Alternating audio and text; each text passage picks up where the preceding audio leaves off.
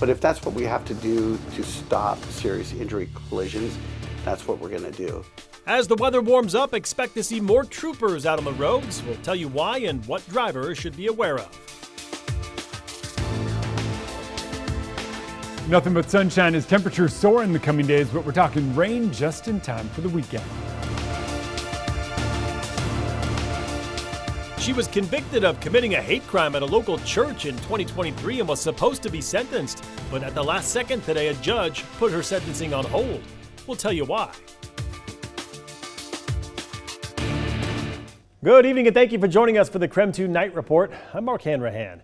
New tonight, a judge putting a woman's sentencing on pause after pleading guilty to committing a hate crime at a Spokane Valley church in 2023.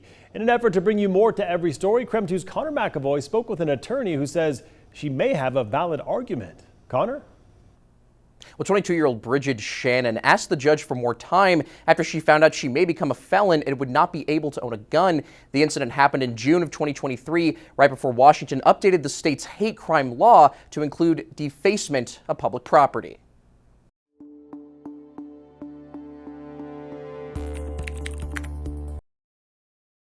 Shannon is the last of 4 people awaiting sentencing for spraying the lawn of Viradale United Church of Christ with diesel, burning what the congregation believes was a verse misinterpreted to be anti-LGBTQ, and stealing pride flags from the property. Shannon pled guilty, but she says she wasn't aware of every rule that plea would entail. There is a guilty plea being entered that could make her ineligible to possess, own, or have or control any firearms or ammunition. She has not been advised of that, and that's an issue. This discovery led Judge Jeremy Schmidt to postpone the sentencing until her and her attorney can look over what her sentencing would look like. But one Spokane attorney we spoke with says not owning a firearm may not be on the table. There was a law change that took effect on July 23rd, 2023, that imposed firearms prohibitions for a whole list of gross misdemeanors. That's Spokane defense attorney Tim Note. He's not involved in this case, but agreed to provide some analysis on how this decision became a reality. He says while current state law prevents those charged similarly to Shannon to own a firearm, the crime happened 1 month before the law went into effect. Note says that's significant. In this case, if the offenses took place in June of 2023, and that law change didn't go into effect until July 23rd of 2023, it in fact would not result in that defendant's loss of gun rights. He says the decision was a wise one made by Judge Schmidt, as a future sentencing date is uncertain. Either they're going to figure this issue out and go forward with the plea as prior negotiated, or they always have a right to trial. As of now, Shannon's defense team is looking over her plea deal. 3 other people have already been charged in connection to the same crime. Connor McAvoy, KREM 2 News. All right, Connor, thank you very much.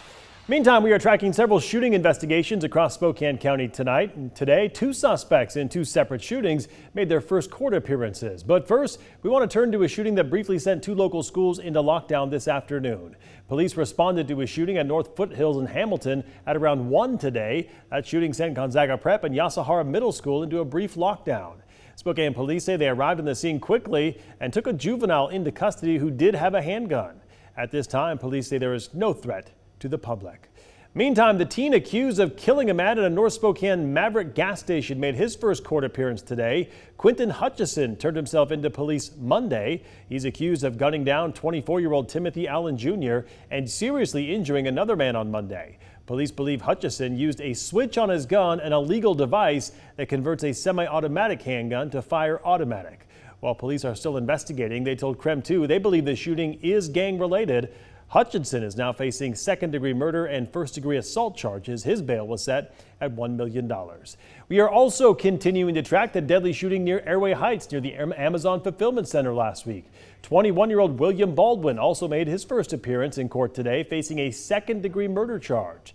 Prosecutors say he shot co-worker Hassani Vida in the face and the torso after an argument broke out. Baldwin now faces the second-degree murder charge for the April 21st shooting.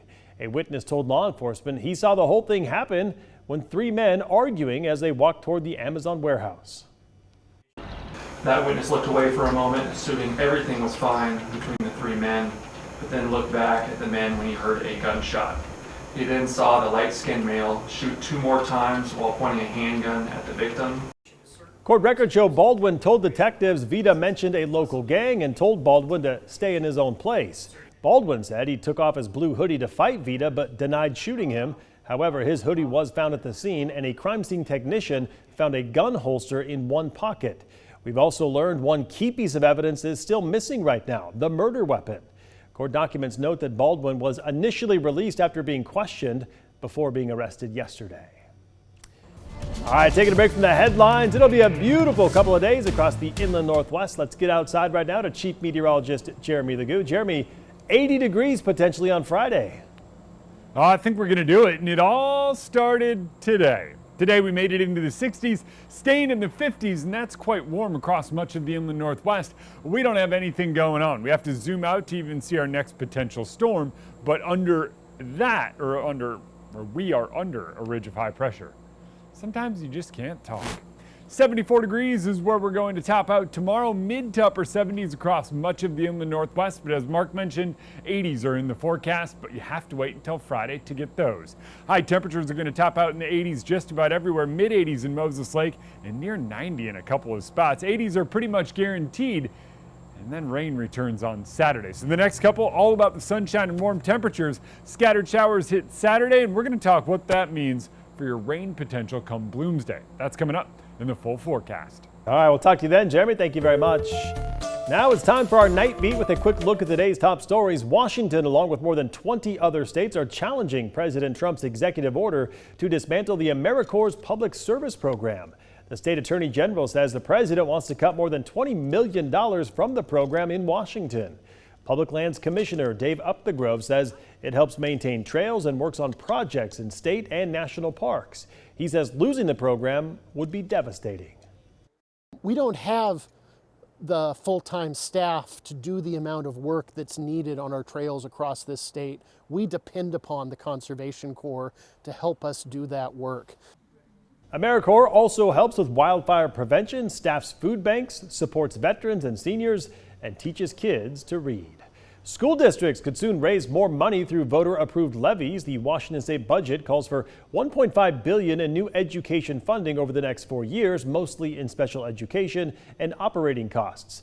Districts will now be able to raise more through levies, and rural districts that pass levies will see an increase in what is known as levy equalization funding from larger districts. Senate Majority Leader Jamie Peterson says the budget did not generate as much for education as he had hoped, but he still considers the legislature's education package substantial. And that'll do it for your Night Beat. For more information on any of these stories, just head to our website. That's KREM.com. All right, don't go to bed yet. You may have noticed more troopers out on the roads recently. The reason why, coming up next. Plus, sports are expensive. Still ahead tonight, we'll tell you about a local nonprofit that is trying to make sure everyone who wants to play can afford it. We're back in 90 seconds.